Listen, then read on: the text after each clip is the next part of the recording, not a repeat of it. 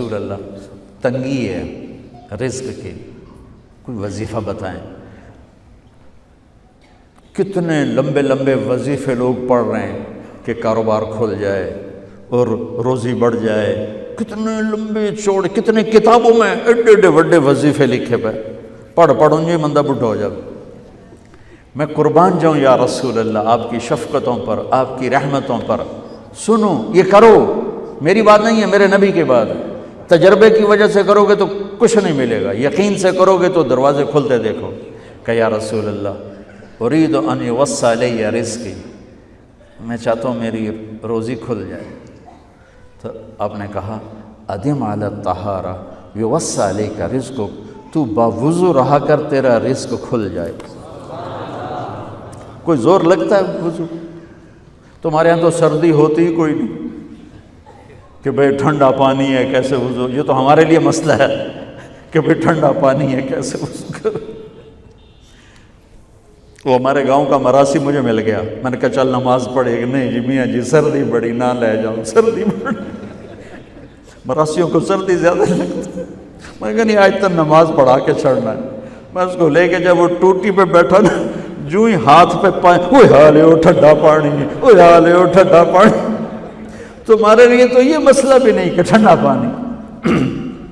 میرے نبی کی یہ سارا مجمع لے لو، یہ اوپر مستورات لے لیں، ادم علی الطہارہ یوسع علیک رزقک، میرے نبی نے فرمایا باوضو رہنا شروع کر دے، اللہ تیرا رزق کھول دے گا۔ ابھی اللہ رسول کی آپس کی بات ہے تو میری بات ہوتی تو دیوار پہ مار دو، تجربہ کرو۔ نبی کی بات کو تجربہ کر کے نہیں کرتے، یقین کے ساتھ کرتے ہیں۔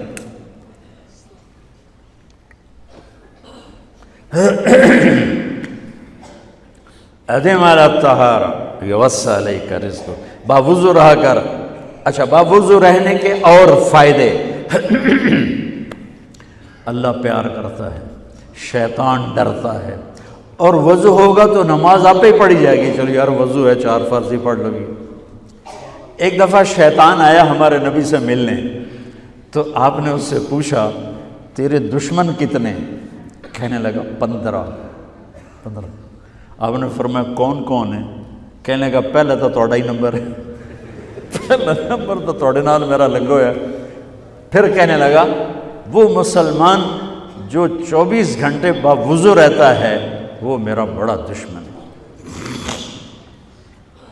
جو باوضو رہتا ہے اور باوضو سوتا ہے، ایک فرشتہ اس کے لیے بندگی کا ثواب لکھتا رہتا ہے۔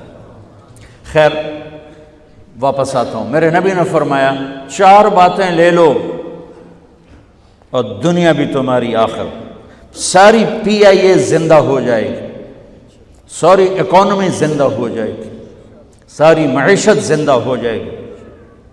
5 بھی نہیں، ایک انگلی بھی آپ نے نیچے کر دی کہ یہ بس اتنی لے لو۔ حفظ و امانت، صدق حدیث، حسن خلیقت، عفت فی طعمت۔ کیا خوبصورت! ساری زندگی کسی کو دھوکہ نہ دینا، دیانت داری۔ میرے ملک کے ادارے کیوں ڈوب گئے؟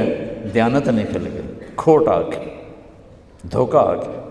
میرے نبی نے کہا حفظ امانت، کبھی امانت میں خیانت نہ کرنا، صدق حدیث، کبھی جھوٹ نہ بولنا، ہمیشہ سچ بولنا۔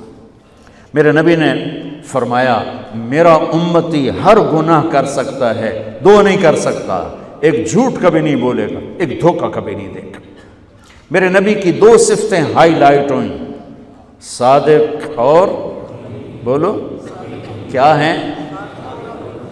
کوئی اور بھی تو ہو سکتی تھی، جس سے مشہور کیا، کعبہ قوسین بھی تو ہے، اور ادنا بھی تو ہے، واللیل بھی تو ہے سیاہ زلفوں والا، والضحیٰ بھی تو ہے روشن چہرے والا۔ کس سے مشہور کیا؟ صادق امین۔ اگر آپ مجھ سے سوال کرو، میں ممبر رسول پہ بیٹھا ہوں کہ مولانا صاحب سارے دین کو 2 لفظوں میں بتاؤ، ساری شریعت کو، تو میرے پاس دو لفظ ہیں، سچائی اور امانت داری۔ آپ مجھ سے سوال کرو مولانا صاحب ساری دنیا کے کفر کو بتاؤ، تو میرے پاس دو لفظ ہیں، جھوٹ اور دھوکے بازی۔ جھوٹ اور خیانت، پوری دنیا کا کفر ان کے اندر چھپا ہوا ہے۔ سچائی اور دیانتداری، پوری دنیا کا اسلام اس کے اندر چھپا ہوا ہے۔ دیانت اور سچائی یہ بیج کی طرح ہے، اور پورا اسلام پھر باغ بن کے پھلتا پھولتا ہے۔ جھوٹ اور دھوکہ یہ بھی بیج کی طرح ہے، پھر اس سے کفر کا جنگل کانٹوں بھرا جنم لیتا ہے۔ میرے معاشرے سے جھوٹ نکل جائے، دھوکہ نکل جائے، یہ پاکستان جنت کا ٹکڑا ہے۔ اور یہ حکومت کے بس کا نہیں ہے کہ وہ سب کو سچ بلوائے، یہ مجھے کرنا ہے، یہ مجھے کرنا ہے، میں نے اور آپ نے اس کو شروع کرنا ہے۔ حضرت جریر بن عبداللہ یہ یمن کے شہزادے تھے، آخری حج پہ مسلمان ہوئے۔ اپنے نوکر سے فرمایا گھوڑا خرید کے لا، میں پیسے یہاں پیمنٹ کروں گا۔ وہ منڈی میں گیا، 300 روپے کا گھوڑا لے کر آیا۔ جب انہوں نے گھوڑوں کو دیکھا تو وہ قیمتی تھا، مالک کو پتہ نہیں تھا، اور یہ گھوڑوں کی نسل کے پہچاننے والے اس سے کہنے لگے تیرے گھوڑے کے 400 کر دوں؟ کر دو۔ بڑا حیران ہو کے دیکھنے لگا، بھائی ہے کہ آپ تو مجھے چیز خریدنی ہے تو میں گھٹاتا ہوں، اور اجمل نے بیچنی ہے تو یہ اس کی قیمت بڑھاتا ہے، اور یہاں خریدار کہہ رہا ہے 400 کر دوں؟ وہ کہنے لگے کر دو۔ کہ 500 کر دوں؟ کہنے لگا کر دو۔ کہ 600 کر دوں؟ وہ تھوڑا تھوڑا گھبرانے لگا، بھائی یہ چکر کی ہے۔ 700 کر دوں؟ 800 کر دوں؟ وہ کہنے لگا حضور تسی لینا تو لو، پر میرا مذاق تھا نا، تسی اڑاؤ، کدی لین والے بھی پیسے بتائے، تسی میں نے 300 دے میں جاواں۔ کہنے کہ اس کو 800 دے دو اور گھوڑا باندھ دو۔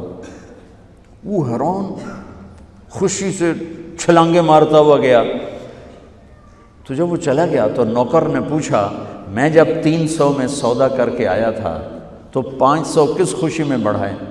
فرمایا میرے بھائی اس کے گھوڑے کی قیمت 800 تھی، 300 نہیں تھی، اور میں نے نبی کے ہاتھوں میں ہاتھ دے کے یہ وعدہ کیا تھا زندگی بھر کسی کو دھوکہ نہیں دوں گا، سب کی خیر خواہی چاہوں۔ تو بھائیو میرے اداروں میں کس ٹیلنٹ کی کمی نہیں، صلاحیتوں کی کمی نہیں، دیانت کی کمی ہے، قوت عمل کی کمی نہیں، سچائی کی کمی ہے۔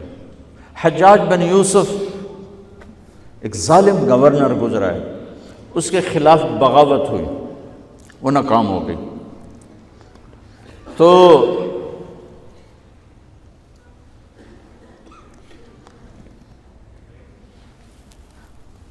کوفہ میں ایک بزرگ رہتے تھے، ان کے بیٹے اس بغاوت میں شریک تھے۔ وہ چھپتے چھپاتے کئی سال کے بعد واپس آ گئے۔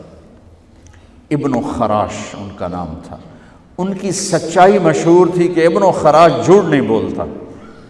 حجاج کو پتہ چل گیا CID سے کہ آ گئے، تو اس نے کہا آج ابن خراش کا امتحان ہوگا۔ اس کو کھانے پہ بلایا، عنوان ہی نہیں بنایا تفتیش کا، کھانے پہ بلایا اور کھانا شروع ہو گیا۔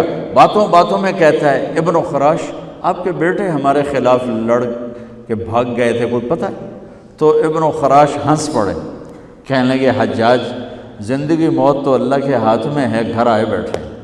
تو اس نے کہا تیری سچائی کو سلام کرتا ہوں، اگر تو جھوٹ بولتا یہیں تیرا سر اتارتا، پھر تیرے بیٹوں کا جاؤ سلام ہے تیری سچائی کو، تیرے بیٹے تجھے مبارک ہوں، مسلمان جھوٹ نہیں بولتا۔ میرے نبی سے پوچھا گیا یا رسول اللہ کیا مسلمان بزدل ہو سکتا؟ کہا کیا مسلمان بخیل ہو سکتا؟ آپ نے کہا۔ پھر پوچھا گیا جھوٹ بول سکتا؟ کہا نہیں، جھوٹ نہیں بول سکتا۔ تو دو باتیں حدیث پاک کی، صدق و حدیث، حفظ و امانت، یہ دو باتیں زندہ ہو جائیں تمہارے سارے ادارے زندہ ہو جائیں، ہم نقصان سے نکل کر نفع میں آ جائیں گے، نفع میں آ کر اوروں کو دینے والے بن جائیں گے۔ اس ملک میں اتنے خزانے اللہ نے چھپائے ہیں، اور اس ملک میں اتنے اللہ نے استعداد والے لوگ پیدا فرمائے ہیں، صرف 2 چیزوں سے ہم مار کھا رہے ہیں، ہمارے جو ادارے ڈوب رہے ہیں، وہ گلگت سے لے کر گوادر تک، اس میں وسائل کی کمی نہیں، سچائی کی کمی ہے، دیانتداری کی کمی ہے، اور یہ ریلیٹڈ ہے رب ہونے کے ساتھ کہ ہم نے اللہ کے رب ہونے میں شک کیا تو ہم غلط راہوں پہ چل پڑے۔ رب تو اللہ ہے، دینے والا تو اللہ ہے۔